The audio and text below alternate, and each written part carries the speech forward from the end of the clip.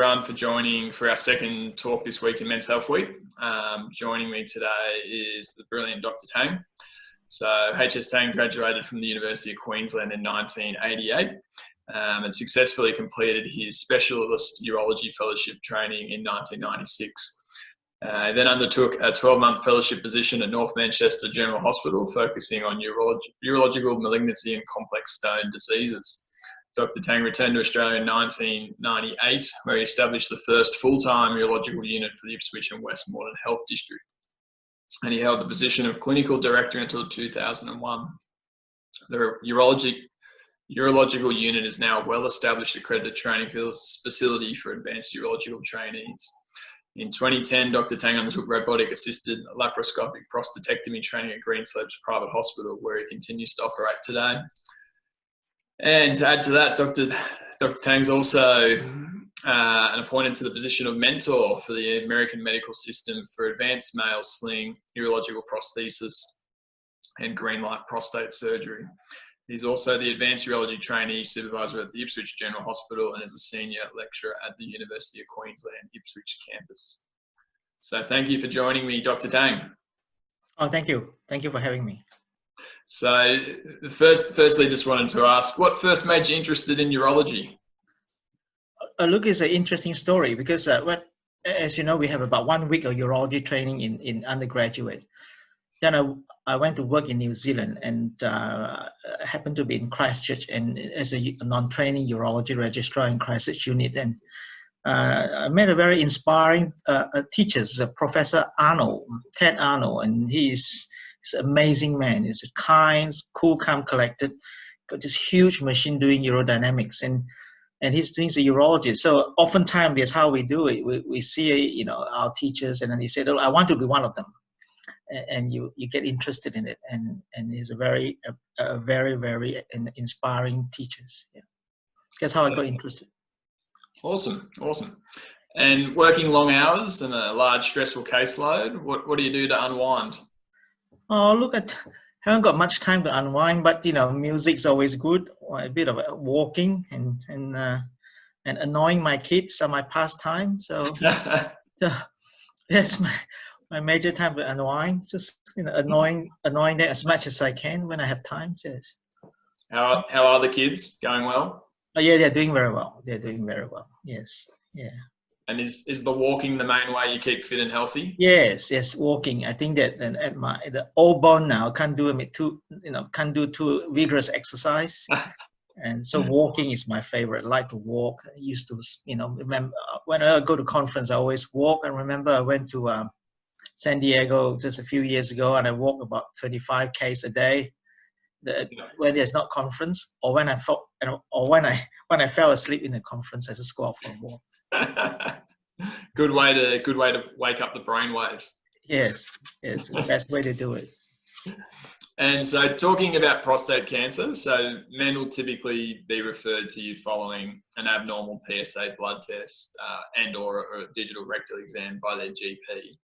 What's typically the next steps from there? So the main thing is to make sure that the PSA is repeated. Almost never act on one PSA alone. I think the PSA tend to fluctuate. That sort of brings the important point of having your PSA done regularly on a yearly basis.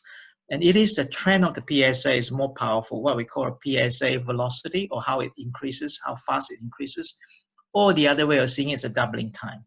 So for example, if your doubling time is less than 6 months, you're probably not having a very aggressive, more aggressive prostate cancer than something that double every 3 years or something like that. So having a yearly test is always a benefit. But if it's a first test, I'll repeat it again. And then always repeat it with a free PSA. The free PSA just gives us an indicator. For example, in prostate cancer, the total PSA come up, the free PSA goes down. So it goes down. And that will then determine whether I'll need to investigate him a bit more. Digital rectal examination is important too. So, irrespective of what the PSA is, it can be very low. If the examination is abnormal, then there is a trigger point for investigation, which is the next step now. Nowadays, we do an MRI. So, in a good old day, we tend to have a biopsy. But biopsy, in the good old days, using what we call a template. That means you're just following a pattern, sample the prostate, and you hope you hit the target. So, but now with the MRI, in more than 90% of the cases, the MRI will point out where the biopsy should go. So they increase the accuracy dramatically, and the chances of missing it depends on what type of biopsy you're having. That will, decrease the error a lot. Like, for example, we're talking about the error on the pre-MRI up to about 30%. Some even reported up to 50% error when you do a blind or somewhat tempered biopsy. But that's the important bit. The MRI been very, very useful in that respect, and also MRI is very good as enable us to avoid unnecessary biopsy. For example, you can have a high PSA, always been high, MRI come back is negative. So you delay your biopsy, you lose nothing. And the MRI, it may not be picking up 5 to 10% of the cancer, but you lose nothing. For those people, you just follow them up over a period of time. If the PSA keep coming up, you still do the transperineal biopsy. But if the PSA is the same, you don't have to do a biopsy. So a number of people would avoid unnecessary biopsy. That's the beauty about MRI. Yeah. And so that's kind of like revolutionized. Like, we hear a lot about active surveillance, and there's more and more men on active surveillance, and that's with follow-up MRIs and blood tests, etc. Yes. So the MRI is now being factored into active surveillance. So you do, the recommendation currently. So for people that have active surveillance, means that those that doesn't have treatment have a low risk cancer, 3+3 cancer, or small volume cancer. But they do have up to about 50% progression rate at 10 years. So some of them may need treatment. But if you think about it, if you have a low-grade cancer at 70, if it progresses in 10 years, when you're 80. So at 80, you really do not need to have an aggressive treatment. So we actually save a lot of people that may not need treatment. And, in the good old day, we treat everybody, and we realize that we're over-treating. And that attracts a lot of criticism about PSA. But now we are a bit more savvy. We say that, look, some of them doesn't need treatment. And some of them, if you watch them, when they're up to their 80s, they probably don't need radical surgery or radical radiotherapy. All they need is a bit of a control treatment with hormone that see them out, you see. So there is the beauty about active surveillance, and we are sort of actively promoting that for people that have low risk cancer. Yeah. And the other one of MRIs, the PSMA scans, what's the kind of difference between the two? So PSMA PET scan is an interesting, PSMA very specific, a prostatic specific membrane antigen scan. So its main use is to detect spread. So whether you have got, before the operation, you do a scan to make sure they haven't got any disease elsewhere in your body to confirm a localized disease. In terms of distance spread, I mean spread to the bone, the lymph node. Now, I forgot to mention that MRI is very also important in terms now, more and more important in terms of local staging. That means you can see their telltale sign. For example, you have a tumor in an MRI, have a very broad contact on the capsule. What we call a capsule is the confine of the prostate. That will give us a bit of idea whether it is extend outside the prostate. Or you can see that sometimes there's a bit of cancer spreading outside to involve a structure behind the prostate called seminal vesicles. And that will then may determine that you probably won't go and have an operation or have other treatment first before you do an operation. So that is another what we call local staging. Whereas PSMA more like a distant staging. Just make sure that it hasn't gone elsewhere in your body outside the confine of the prostate. So PSMA is very useful. But we also know that PSMA PET scan can pick up some renal cancer as well. Interestingly, some renal cancer are PSMA active. So PSMA use, and the other main use is after treatment. If after treatment the PSA doesn't behave like what it should be, especially with high-grade cancer, then you might want to do a PSMA PET scan to see where the disease is. But the PSMA PET scan, however, is not sensitive until your PSA is above 0.2. Which at the moment we use it as a definition of surgical failure, more than 0.2. Yeah. 1.2. Yeah. And you mentioned before, like you mentioned a couple of numbers, the 3+3, which is the Gleason score. How do you explain that to your patients? So Gleason score is created by a pathologist in America, Donald Gleason. So it is actually a score looking at the architecture of the prostate cancer. It doesn't look at the cells. A lot of the cancer, we look at the cells, a bad cell, good cell, but it look at the architecture, how the gland of the prostate. Prostate gland is a prostate that make the prostate secretion as part of the 40% of the semen come from prostate. So those glands, how they arrange. So the more haphazard they are, the more aggressive the cancer is. So they score it 1 to 5. So they look at the commonest pattern, second commonest pattern, they combine the two numbers together. So as a general rule of thumb, 6 is low risk, 7 is an intermediate risk, 8, 9, 10 is high risk. So you just have to remember, we don't really use 2 to 4, 2 to 5 anymore. That doesn't exist anymore. So it'd be 6, 7, 8, 9, 10 is one that you see. Yeah. So it's basically, in summary, it's a score of aggressiveness. Yeah. Obviously, the new system, the other system use ISUP, 1, 2, 3, 4, 5. So it just 1 is 6, 3 plus 3, 2 is 3 plus 4, 3 is 4 plus 3, and then 4 plus 4 will be 4, and 5 plus 4 or 5 plus 5 will be 5. Yeah. And moving on to surgery now. So the vast majority of the prostatectomies you now perform are done robotically. Can you just briefly explain what it is? Because people have some weird and wonderful concepts of a robot doing an operation. Yeah. So the robot we're doing now is not an automated robot. It is kind of you think about a master and slave relationship. So when I'm doing the robot, I'm the master. The robot is a slave. So I'll be sitting on a console. The slave will replicate my hand movement. So I'm actually looking at the camera. The camera will be in the belly, and then the camera have 10 times magnifications. So when I move my right hand, the right arm of the robot will move according to what I want him to move to do the operation. So you actually manipulate the robot to do the operation. It's not automated, they press a button and the robot do everything. That's not yet. We're not quite there yet. So it's a master and slave relationship. Yeah, but the benefit, obviously, you have 10 times magnifications, and the robotic arm can twist, and if you can twist your wrist, you stop at about 70, 80 degrees. You know that Tom, you're a physiotherapist, but the robot can do 2.5 rounds.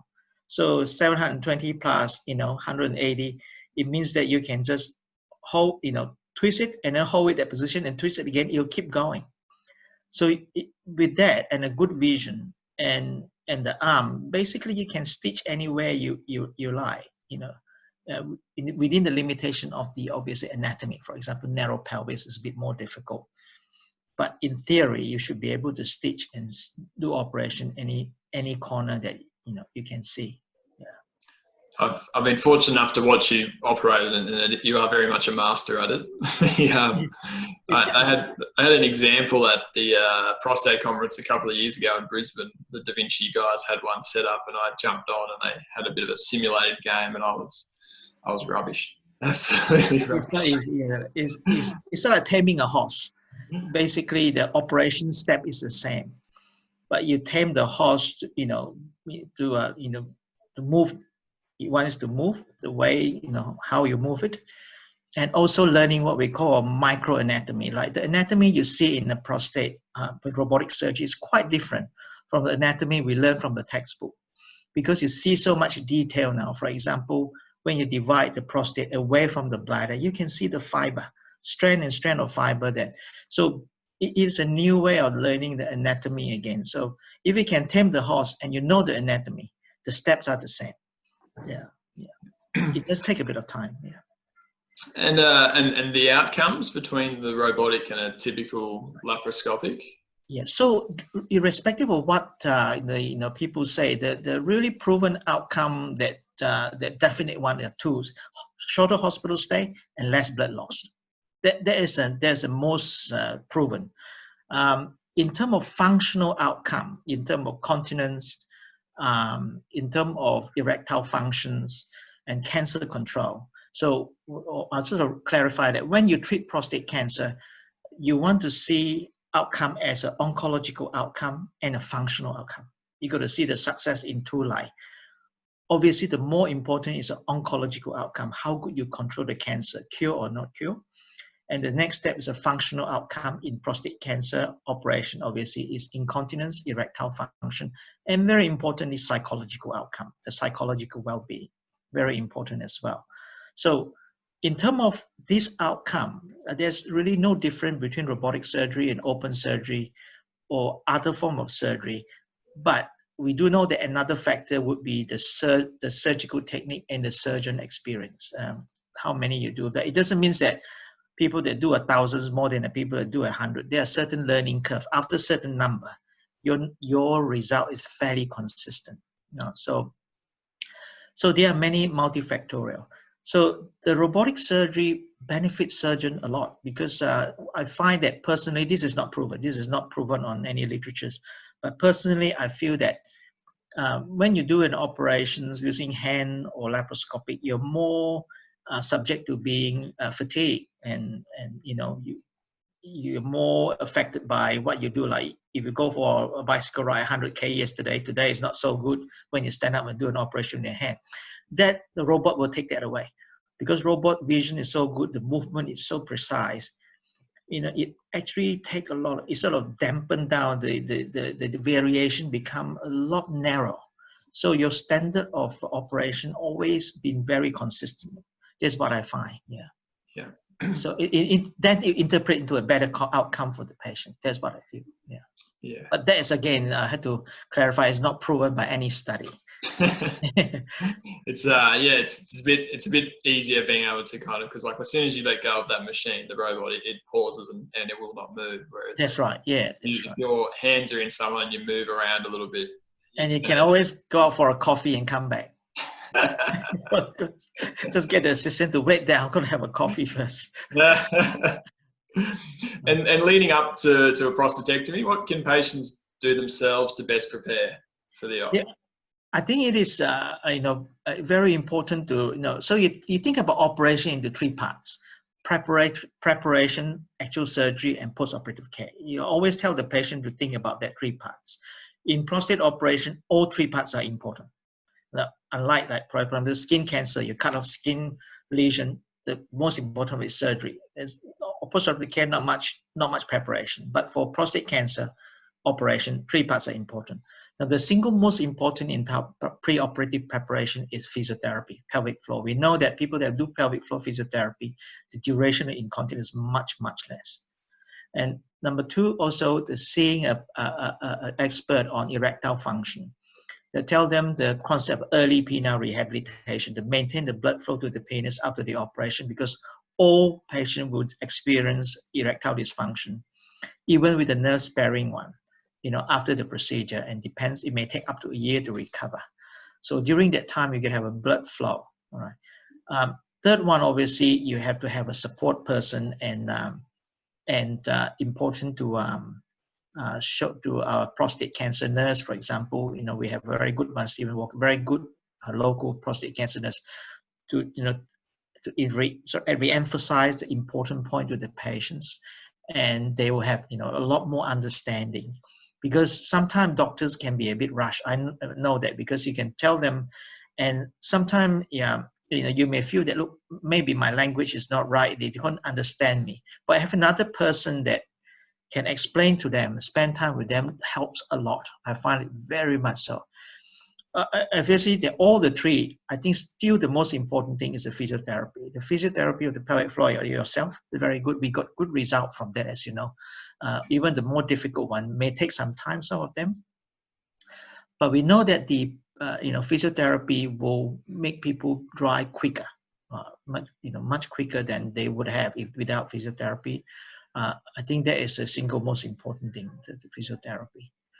So I always get them to see the physiotherapy, pelvic floor, see you first before the others. So that's an important bit.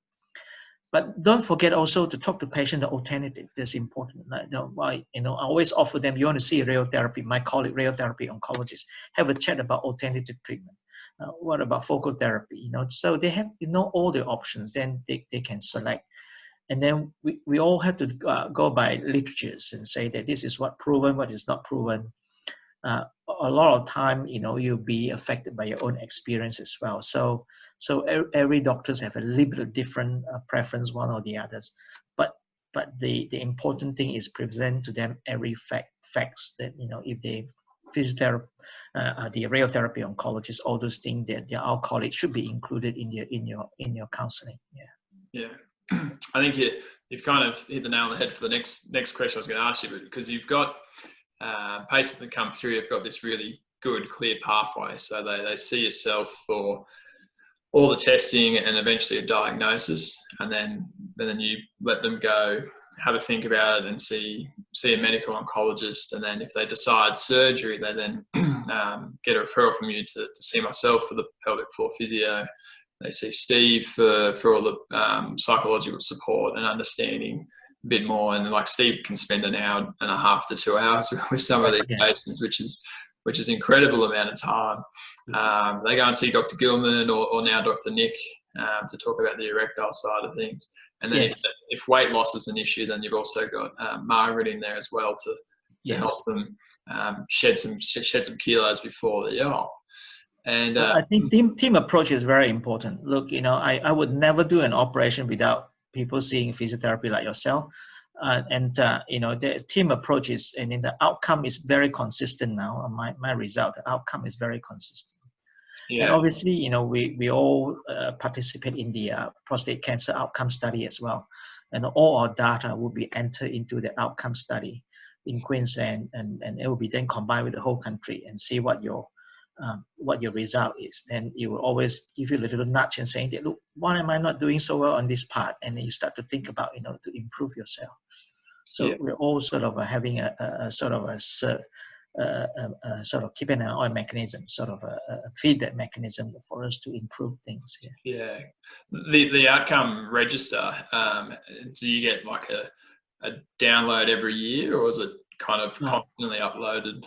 Right. I'm in a steering committee, so we meet every few months, and then every few sort of 6 months or 12 months, they will print out your numbers, and send it directly to you, and then you can see your result, compared to other surgeons, the participating surgeon, and you can see that whether you are within the group or you're outlying, and then you can find out why and it's a good way of a collegial way of helping people to improve. I think that there's a good thing, a very good thing. Yeah, bit of collective benchmarking kind of thing. Correct, the benchmarking. Yeah.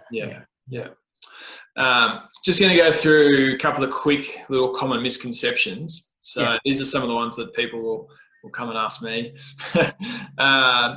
Is that the whole prostate's removed during a prostatectomy? Correct. So there's although they're in radiologically, they are zone of the prostate, you can't really physically separate them during the operation. Plus the fact that you really don't want to cut into prostate, and prostate cancer oftentimes multifocal too. It's not just one spot. And oftentimes you get a pathology back, there'll come 3 nodular cancer. You say, oh, where is the other 2 come from? But that's the whole idea, the whole prostate taken out together with the seminal vesicles and a little bit of a vest, the vest that convey the sperm. It's just kind of doing a vasectomy, because the vest actually transverse through the prostate to open into the water pipe. So you have to take that to detach the prostate. Yeah. And during this, what happens to the urethra?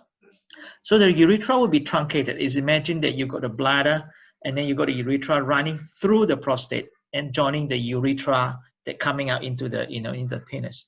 So what happened is that part of the urethra within the prostate is actually taken out with it.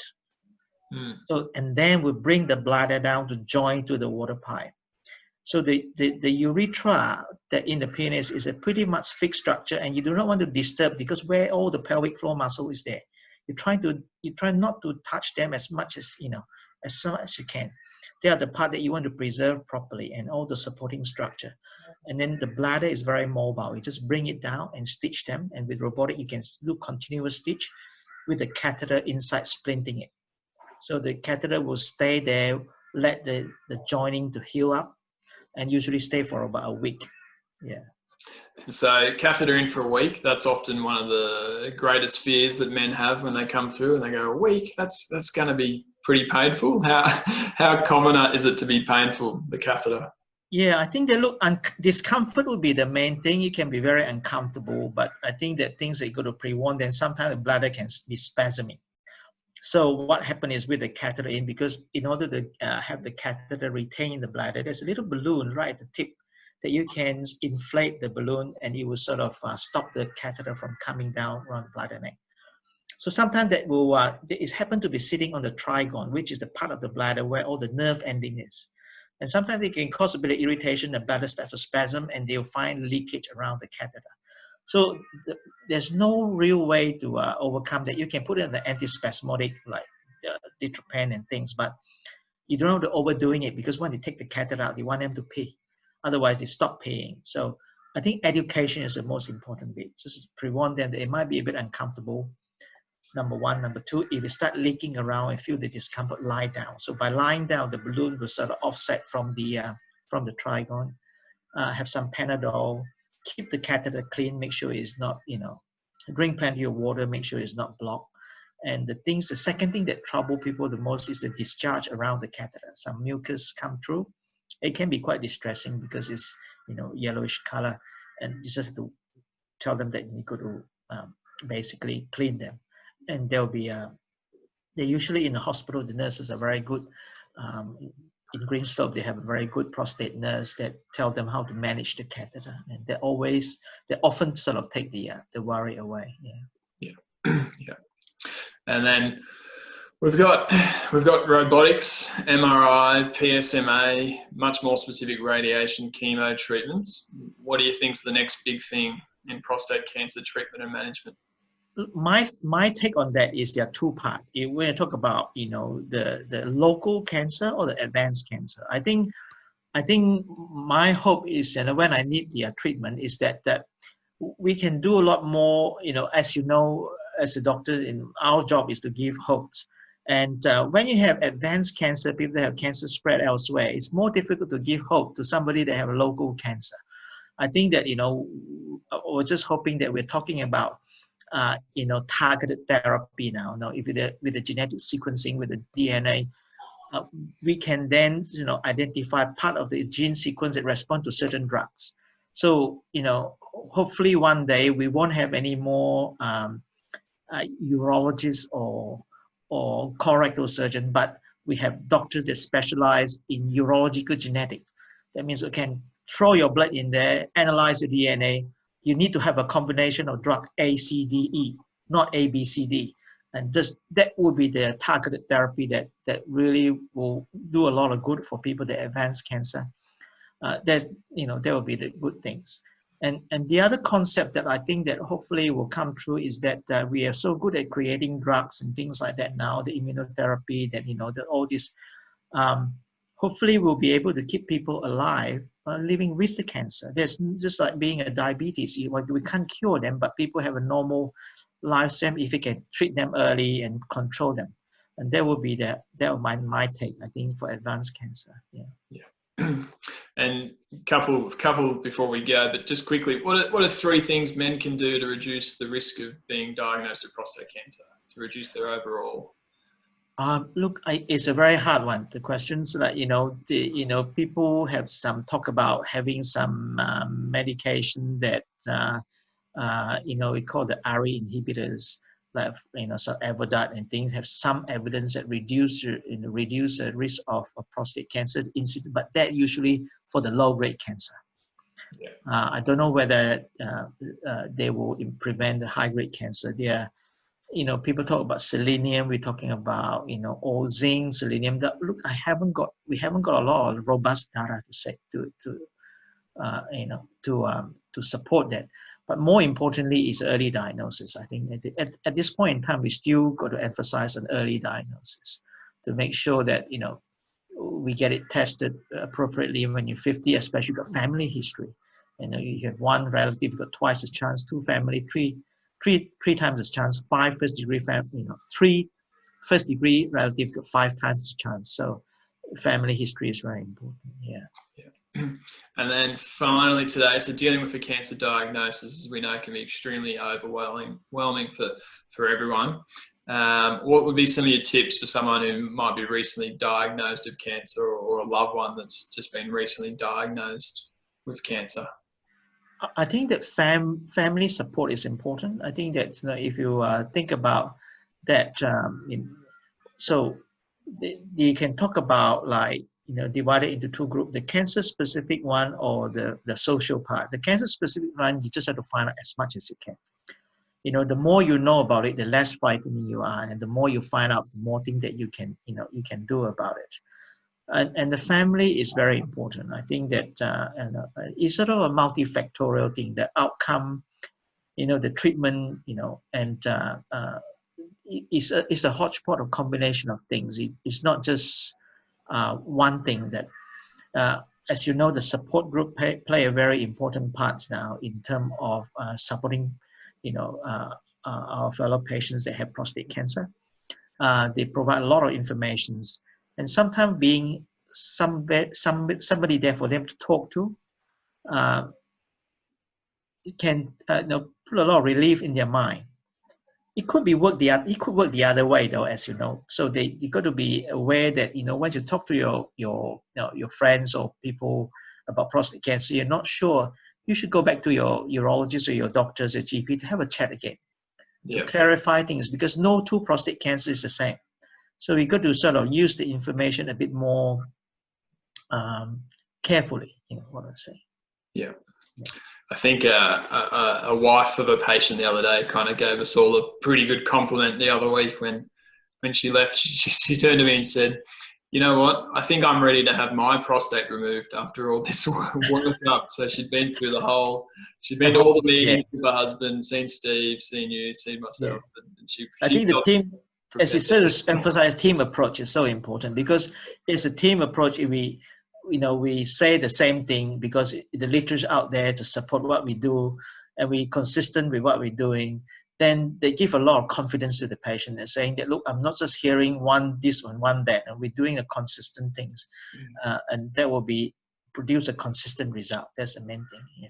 Yeah. All right. Thanks for joining me today, HS. Tom, it's my pleasure. It's a pleasure. Have a good afternoon, and I'll be out for a coffee sometime soon. Yeah, thank you. And thank you for your help too. Lots of patients love it. You've done great job on my patients.